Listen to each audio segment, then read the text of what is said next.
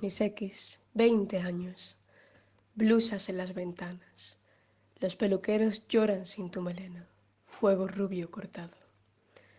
Ah, mis X, sin sombrero, alba sin colorete, sola, tan libre, tú, en el viento. No llevabas pendientes, las modistas de blanco en los balcones, perdidas por el cielo. A ver, al fin, ¿qué? No, solo era un pájaro, no tú, mis X niña. El barman, oh, qué triste, cerveza, limonada, whisky, cóctel de ginebra. Ha pintado de negro las botellas y las banderas, alegrías del bar, de negro, a media asta, y el cielo sin girar tu radiograma. 30 barcos, 40 hidroaviones y un velero cargado de naranjas, gritando por el mar y por las nubes. Nada. Ah, mis X, ¿a dónde? Su Majestad el Rey de tu país no come, no duerme el rey, fuma, se muere por la costa en automóvil.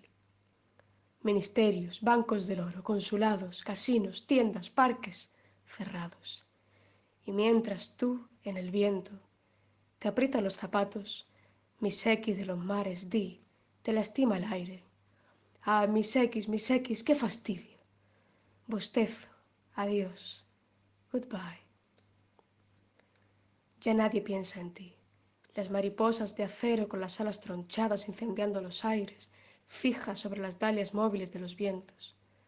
Sol electrocutado, luna carbonizada, temor al oso blanco del invierno. Veda, prohibida la caza, marítima, celeste, por orden del gobierno.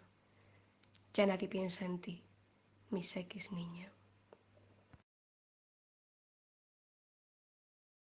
Hola, soy Ana Pérez Añudo y este va a ser mi análisis del poema A mis X, enterrada en el viento del oeste. Un poema de Rafael Alberti que podemos encontrar en su libro Calicanto, que se escribió entre los años 1926 y 27. Este análisis lo vamos a dividir primero en un resumen o análisis a partir de la enunciación, luego iremos a la métrica y por último un análisis de la expresividad. El poema es una elegía a mis X, que ha desaparecido y se presume muerta. El hecho de que el sujeto poético, así como el mundo la considera fallecida, lo vemos en el símbolo de las botellas y las banderas negras, el negro siempre siendo un color muy asociado al luto. Y el hecho de que está desaparecida lo vemos en preguntas retóricas como «Ah, mis X, ¿a dónde?», así como por la surrealista patrulla, que la busca y no encuentra nada. En Calicanto, en la encrucijada poética de los años 20, Julio Neira observa que el poema es una elegía a mis X, pero también a su pronto olvido.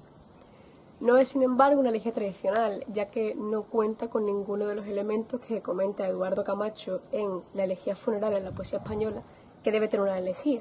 No hay un panegírico al difunto, ya que la identidad permanece secreta en todo momento.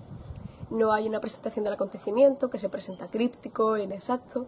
No hay una lamentación ni tampoco una consolación, porque aunque el sujeto poético se lamenta de que se hayan olvidado de la protagonista, tampoco demuestra mucho dolor por su parte.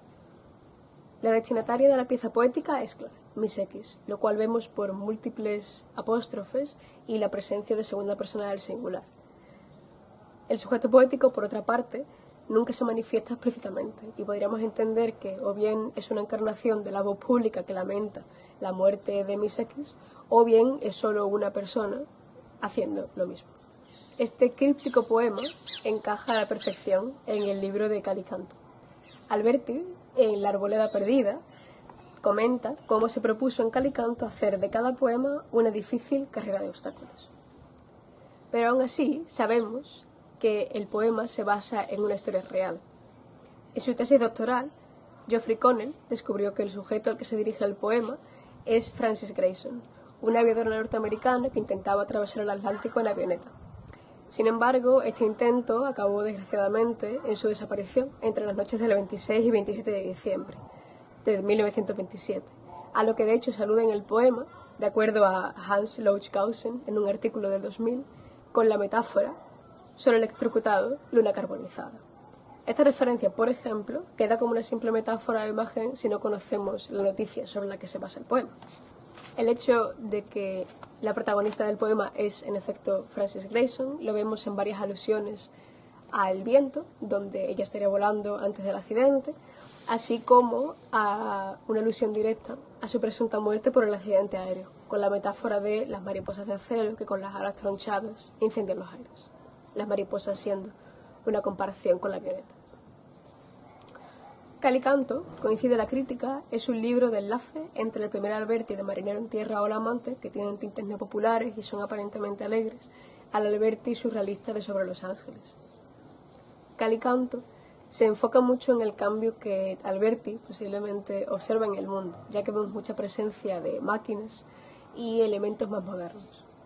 Julio Neira nos insiste que en Calicanto hay una escenificación del culto moderno y pone de ejemplo el poema del sueño de las tres sirenas, donde se cambia la ambientación submarina y su mundo de barcos, pescadores, carabineros por el escenario aéreo, celeste o sideral y sus máquinas y personajes.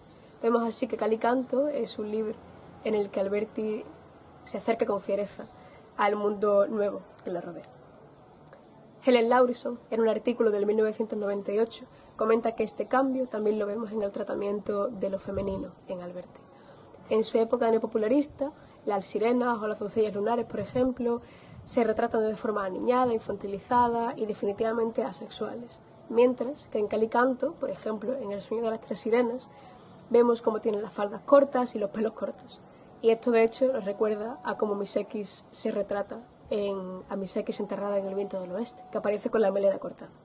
La presencia de máquinas asociadas con la velocidad, como los hidroplanos o los barcos, establecen un culto a lo moderno y al progreso. Y aunque la cúspide de esto lo veremos en el poema Carta Abierta, el último poema de Calicanto, ya lo intuimos en Miss X, con esta presencia de máquinas y de barcos. Y en relación a este culto a lo moderno, debemos mencionar también que la sección en la que se encuentra el poema que analizamos, la sección séptima, también se hace alusión a otras figuras del mundo del deporte, como Platko, que le hace una oda a un futbolista famoso, o Nadadora, que habla realmente de Gertrude Eder. Pasemos ahora a la métrica. A Miss X, enterrada en el viento del oeste, es un poema poliestrófico de 70 versos imparisílabos en verso libre. Lo que podemos ver ya visualmente es las distintas longitudes de cada línea, que pueden tener de 2 a 11 sílabas. Aunque la evidencia de versos hexasílabos es llamativa, con 22 en total de 70. No es hasta Sobre los Ángeles que Alberti se anima por completo a un verso libre, siendo esto otro rasgo que confirma que Calicanto es un libro de paso, pues solo 5 de los 36 poemas del libro están compuestos en verso libre. El ritmo, ante ausencia de rima, se consigue mediante enumeraciones y preguntas retóricas, así como pequeños diálogos ficcionales o sermocinatos, en el que el sujeto se desdobla o bien se dirige a sí mismo con preguntas retóricas. A ver, al fin, ¿qué? No. Esta interacción, además, consigue un efecto visual en la página con la predisposición de los versos sangrados, que hacen que la conversación se mueva hacia la derecha. También otros ejemplos, como bostezo, adiós, goodbye. Tenemos un juego tipográfico en el que, de nuevo, el sangrado hace que la conversación se mueva hacia el final de la página. Otros sangrados también son interesantes y hacen un texto más rico, como por ejemplo ubicar el verso nada, el verso 36, alejado tanto de los versos horizontales como de los verticales, reforzando esta concepción de que no encuentran nada. La lectura del poema resulta brusca, moviéndose rápidamente entre imágenes que se consiguen eficientemente a través de regulares divisiones estróficas, que muy a menudo sirven para cambiar el enfoque. Y estas juxtaposiciones también crean un efecto de velocidad cinematográfica que se vuelven a relacionar con el culto a lo moderno y que vendrán a ser una influencia muy grande del futurismo o del ultraísmo en esta época.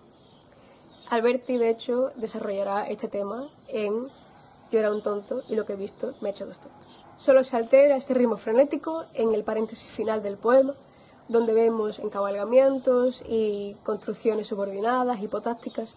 Esto ralentiza la narración y se centra en imágenes surrealistas, violentas y apesadumbradas, que concluyen esta elegía con un tono más propio del género. Por último, vamos a analizar las figuras retóricas y los tropos. En cuanto a tropos, el poema destaca por un uso continuado de la metáfora, que, aunque enigmática, deja de ser irracional cuando conocemos la noticia sobre la que se construye el poema. Ejemplos como las mariposas de acero, sabemos que ahora se refieren a la avioneta en la que viajaba Frances Grayson, Y el Sermocinatio, en el que el sujeto poético confunde a Misekis con un pájaro, también tiene mucho más sentido. El elemento que le da más fuerza al poema, no obstante, son sus figuras patéticas. La elegía es un género antiquísimo, ampliamente cultivado en la Grecia clásica, donde se origina en forma popular. Y Platas Astasende, en su diccionario de términos literarios, nos cuenta que las figuras más comunes son la apóstrofe, la exclamación y la prosopopeya, todo lo que vemos realmente en este poema. El poema está repleto de abundantes apóstrofes a la aviadora perdida, que a veces se encorchetan en exclamaciones, y las prosopopeyas también hacen su aparición con los vehículos personificados, que gritan por el mar y por las nubes. Las figuras de pensamiento relativas a la amplificación también aparecen en este poema, con un continuado uso de enumeraciones que aparecen un tanto caóticas y que contribuyen a esta sensación de velocidad cinematográfica, como ministerios, bancos del oro, consulados, casinos, tiendas, parques, cerrados, entre las líneas 42 y 48. También tenemos una pequeña epopeya del rey, al que se presenta de forma moderna, fumando y en automóvil, lo cual de hecho nos recuerda al Papa en automóvil del poema de Carta Abierta. También tenemos algunos ejemplos de hipérboles, como cuando el sujeto poético le pregunta a Misekis si le lastima el aire o si le aprietan los zapatos, que crean una imagen de Misekis como algo extremadamente frágil, lo cual tiene sentido teniendo en cuenta que es una elegía. Otra hipérbole también la tenemos en Incendiando los aires, que hace referencia al horror de su muerte a causa del accidente aéreo. Como conclusión, podemos decir que a Misekis enterrada en el viento del oeste es una elegía que, aunque cumple con muchas de las normas del género, no cumple con otras, lo cual la convierte en un poema bastante particular, que además se usa para retratar el mundo moderno y cambiante que rodea al poeta.